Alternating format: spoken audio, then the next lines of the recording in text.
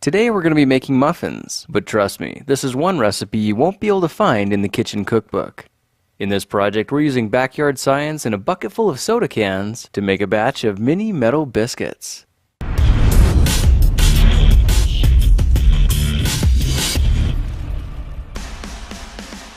Let's start this project with the mini metal foundry we made in another video and a big bag of charcoal briquettes. These might look like the kind for barbecuing and grilling, and that's because they are.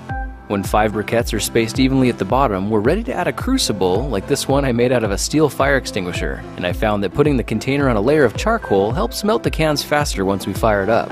Now let's connect a 1-inch steel pipe through the air supply port on the side of the foundry. This will get the fire hot enough to melt metal, but we still need a way to shoot the air in. We could just blow through it, but a much better idea is to use a hairdryer, which you can find at most thrift stores for about $3. Now I taped the hairdryer to some PVC pipe and inserted a couple of 1-inch couplings to connect the steel tube at one end and give the blower tube a quick release feature. This way it's super easy to take apart and fits into a 5-gallon bucket for easy storage. Now since the blower tube is at a strategically placed angle, it's really helpful to support it so it doesn't strain the foundry. This little trick will help keep the walls from cracking and increase the life of the unit dramatically. Now that the foundry is all set up, let's fill it to the top with charcoal and breathe some life into them the same way you'd light up your barbecue.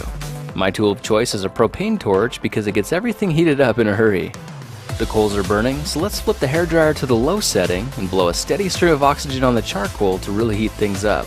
You can see how the cover we made keeps the heat inside so it conserves energy while it's bringing up the temperature. The coolest part is that the crucible lines up perfectly with the hole in the center. Alright, with that warming up, let's round up some soda cans, like these ones I got from a local recycling depot, and this important tool that makes the whole operation possible, a pair of steel tongs from the dollar store. After 10 minutes, you can see the foundry is scorching hot, and the handles probably are as well, so let's use the tongs to carefully remove the top without getting burned. You can see the steel crucible is glowing orange, and that means it's ready for action. The container is 3 inches wide, which is the perfect size for melting standard-sized soda cans like these, and at temperatures over 1,000 degrees Fahrenheit, you can see it'll liquefy them in just a few seconds. Now I cranked it up to full power to melt more cans in a hurry, and averaged around 10 to 12 cans per minute. The cool thing is that it doesn't matter if the cans are dirty, painted, or still have soda inside. The furnace eats anything and pulls out pure liquid aluminum, which you'll see in just a second.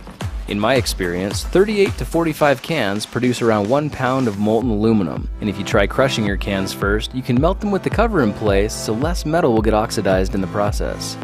Now after liquefying about 50 cans, you can see the container is completely full, but there's a lot of gunk floating around that we really don't need. The easiest way to isolate the aluminum is with something like this steel cake pan I got at the thrift shop for 50 cents. First, let's go ahead and carefully remove the crucible, making sure we've got a very secure grip with our tongs. Then very slowly pour the liquid into the steel mold. You can see the slag stays behind and almost acts like a strainer, helping prevent anything solid from flowing downstream. Now that we've separated the good stuff out, why don't we tap the container on a slab of concrete and dump out the dross. By keeping our crucible clean, we can use it again right away. Now just for fun, I tried melting a bunch more cans so I could pour them into a brand new cupcake pan. The hope here is that this fancy pan will give a cool and unique look to the aluminum ingots when they cool. The pan is made of steel, but it's catching fire because the non-stick coating is burning off, but this will be the only time it does that. After a couple of minutes, you can see the ingots have hardened, but they're still blisteringly hot. So much so that they'll ignite a piece of paper instantly just by touching it. Now it's a really good idea to have a bucket of cold water nearby so you can cool them down. When they drop into cold water, you can see they're still hot enough to bring the water to an instant boil, but after about 10 seconds, they cool to the point where you could pick them up barehanded if you wanted to.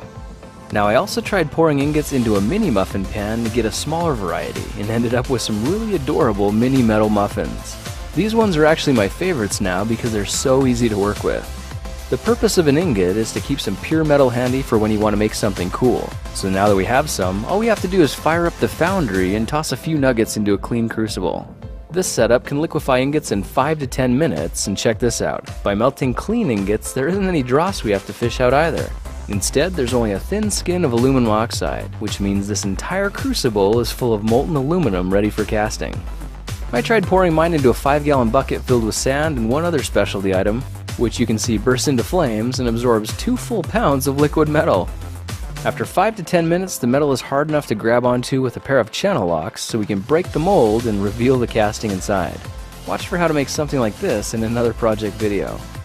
When it's time to clean up, all the metal working tools fit conveniently into a 5-gallon bucket, and when the foundry is cooled down, the handle makes it easy to flip over and dump out the ashes. Cleanup is quick, and when you replace your potted plant, you can see the whole thing reverts to its innocent disguise as fashionable home decor. Well, now you know how to turn scrap aluminum soda cans into shiny metallic muffins, which you can simply admire with pride, or use to make just about anything you want. Well, that's it for now. If you like this project, perhaps you like some of my others. Check them out at thekingofrandom.com.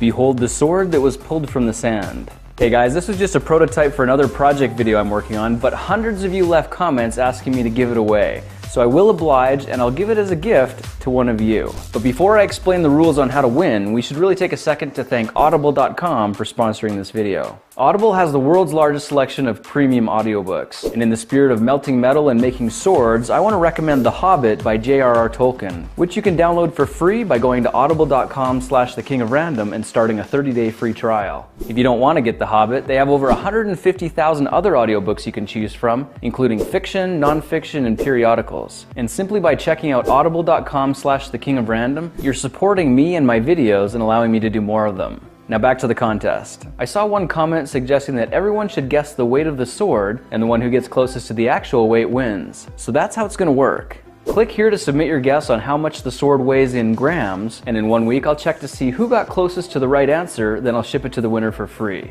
Now don't put any answers in the comments. If you want a chance to win, click here and submit your best guess, because that's the only place I'm going to be choosing from. Thank you for supporting my videos, and I hope to see you around for the next one. I'll talk to you then.